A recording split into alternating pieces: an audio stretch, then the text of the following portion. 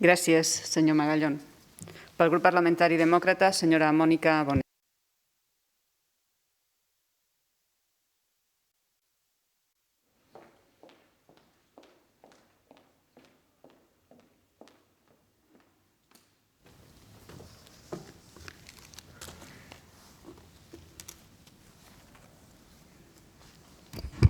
Gràcies, senyora síndica.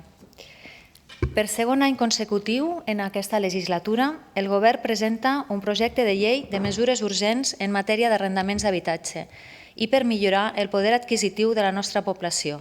I també, per segon any consecutiu, el grup parlamentari socialdemòcrata presenta una esmena a la totalitat contra aquesta llei. Però és just que aquest any feliciti el grup socialdemòcrata. A diferència de l'any anterior, han presentat un text alternatiu. Ens han escoltat. Tot i que el reglament del Consell General permet l'esmena a la totalitat amb retorn del text legislatiu pel debat a la cambra, sempre és més enriquidor que les esmenes a la totalitat vinguin acompanyades d'un text alternatiu perquè permet conèixer els posicionaments polítics de les diferents formacions representades en aquesta cambra. Per tant, des del grup parlamentari demòcrata valorem positivament aquest text presentat pel PS. Ens permet analitzar les nostres diferències programàtiques i o polítiques en una matèria tan sensible com l'habitatge i també comparar les propostes que plantegen els dos textos, el nostre i el que fan des de les files socialdemòcrates, i discrepar o no sobre si les seves mesures són adequades. Abans d'entrar al contingut, però, permeti'm que ens posem en context. Són ja 3 anys, 2019, 2020 i ara el 2021, els que elevem la problemàtica de l'habitatge de lloguer en aquest ple i que votem mesures legals temporals.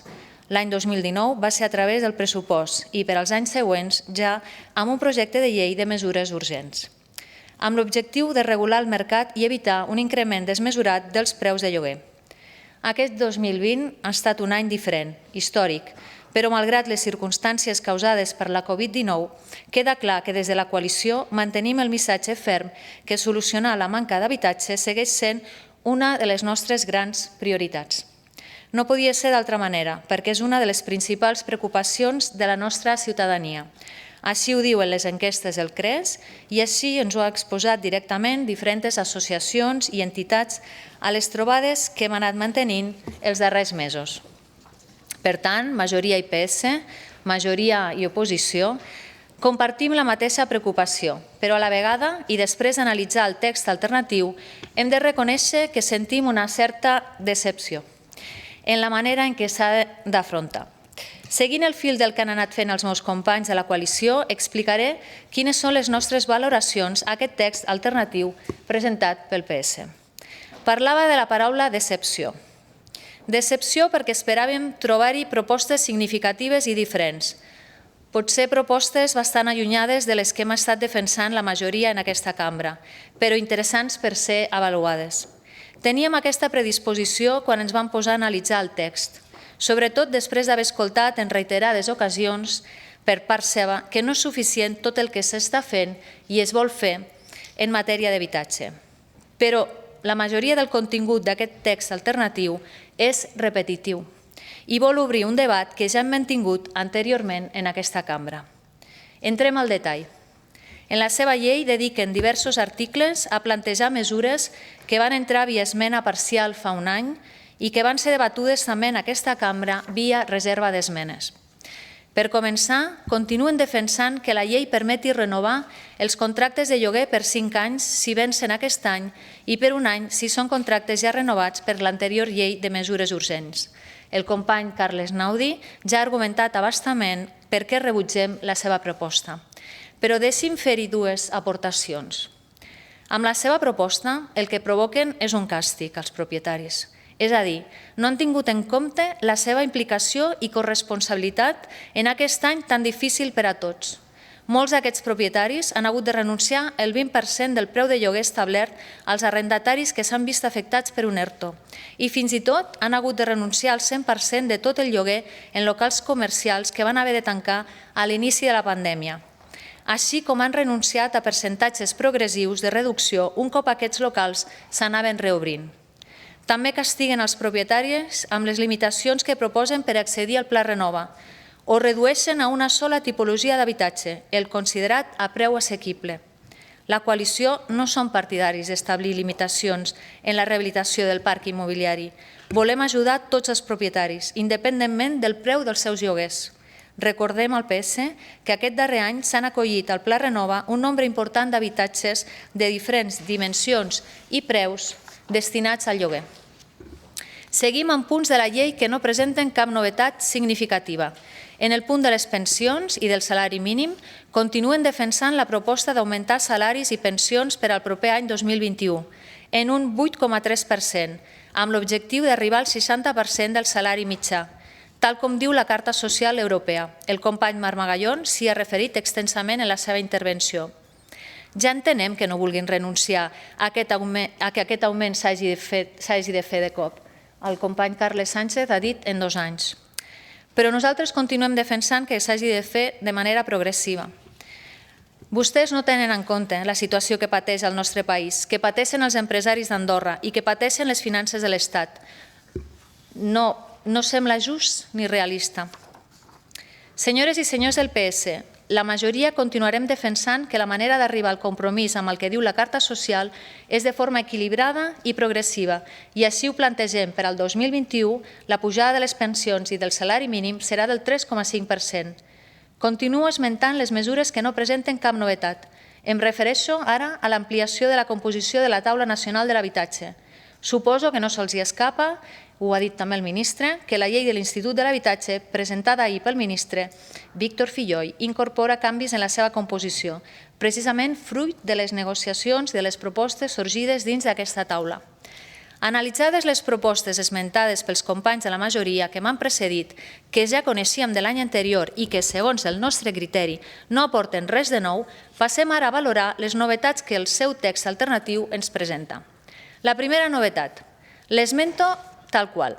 La creació d'un registre de contractes d'arrendaments d'habitatge. Repeteixo, un registre de contractes d'arrendaments d'habitatge.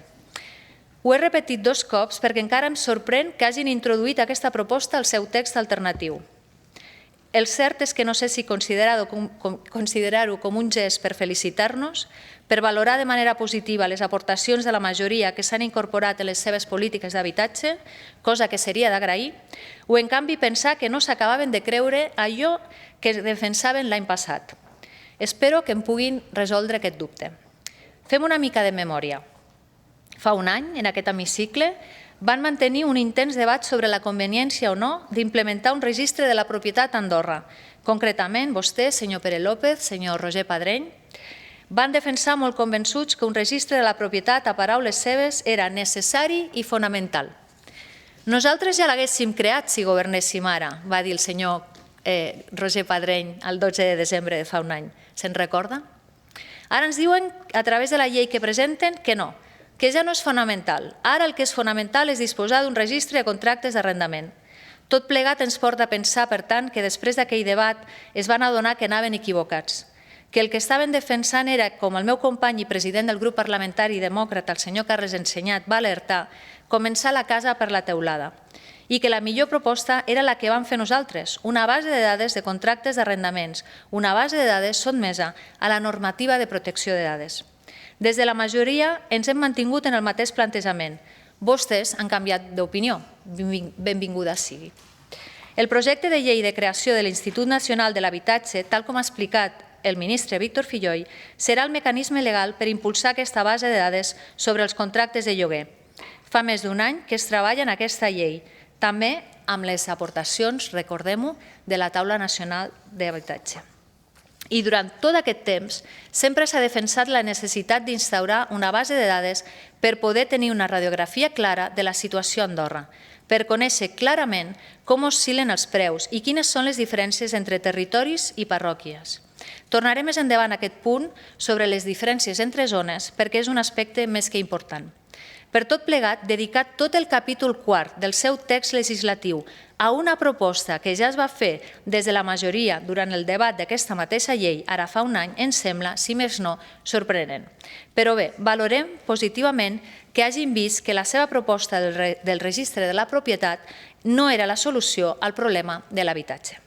Estem satisfets, encara que potser ens hauria agradat escoltar una rectificació per part seva i un petit reconeixement que la majoria no anava tan mal encaminada, tot i que el senyor Sánchez ha reconegut que havien incorporat aquesta idea de la llei de l'Institut de l'Habitatge.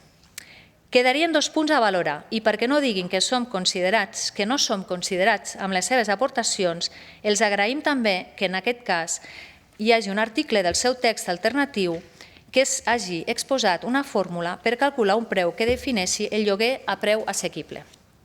Establir que el preu assequible d'un immoble destinat al lloguer és aquell que no supera el 30% de la renda familiar, prenent com a referència per calcular-la que no sobrepassi 1,5 vegades el llindar econòmic de cohesió social, ens sembla que és una proposta a valorar i estudiar.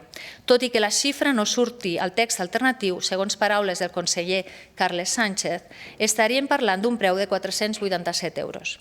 Aquest debat, però, des de la majoria entenem que, com s'ha dit anteriorment, s'haurà de tenir quan tractem la llei de l'Institut de l'Habitatge.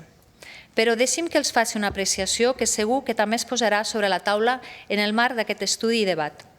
La seva proposta marca un preu per tot el territori. És una idea que suposo que han tret de fora de les nostres fronteres, per exemple, de l'Ajuntament de Barcelona, que ho aplica per a la seva ciutat, però vostès ho volen aplicar a tot un país. I no és el mateix viure a un punt d'Andorra que a un altre punt, viure al centre d'Andorra o viure a la muntanya, a un pis que a una casa. Per tant, nosaltres som més partidaris d'encarar la definició del preu assequible segons zones. I és aquí, com ja he dit anteriorment, on és indispensable aquesta base de dades de contractes d'arrendament, perquè ens permetrà tenir la radiografia exacta del que val viure a Canillo, a Sant Julià de Lòria, a Ordino, al Pas de la Casa o al bell mig de l'avinguda Meritxell, per posar alguns exemples. És, per tant, indispensable que puguem aprovar la llei de l'Institut de l'Habitatge com abans millor i puguem desplegar aquesta base de dades que radiografiï la situació d'Andorra. I finalitzo molt breument amb la tercera novetat que presenta el seu text alternatiu, la proposta del Pla del Dret a l'Habitatge. En aquest punt compartim el fons, però no la forma. No és en una llei de mesures urgents, en una disposició final, el lloc per proposar aquest pla, i més tenint en compte la seva rellevància també per a vostès. El lloc escaient és el projecte de llei de creació de l'Institut Nacional de l'Habitatge, dins d'un marc legal que no sigui temporal i amb un organisme fix i capacitat per dur a terme aquest pla. I així ens consta que s'ha fet. A l'article que defineix les funcions que l'Institut tindrà hi consta la d'elaborar, i cito tal qual, plans estratègics d'habitatge a Andorra. Per tant, quan ens toqui debatre la llei de l'Institut de l'Habitatge, entenem que almenys en aquest punt hi estaran a favor i ens donaran suport. Junt amb el de la base de dades dels contractes de lloguer, ja tenim 2 articles en què ens posarem d'acord en una llei tan cabdal i necessària. Aprofito per oferir, des dels grups parlamentaris de Demòcrates, Liberals i Ciutadans Compromesos, absoluta mà estesa per trobar el consens en el treball en comissió d'aquesta llei i poder així aprovar-la l'abans possible. Perquè no ens cansarem de dir-ho, és a través d'aquesta llei que canalitzarem totes les polítiques a mitjà i a llarg termini, amb l'objectiu prioritari i essencial de deixar enrere la problemàtica de la manca d'habitatge. Aquest és un compromís amb la nostra ciutadania. Per tot l'esmentat, el grup parlamentari demòcrata votarà en contra de l'esmena a la totalitat del grup parlamentari socialdemòcrata i del seu text alternatiu. Gràcies, senyora síndica. Gràcies, senyora Bonell. Iniciem el segon torn d'intervencions pel grup parlamentari socialdemòcrata. Senyor Carles Sánchez.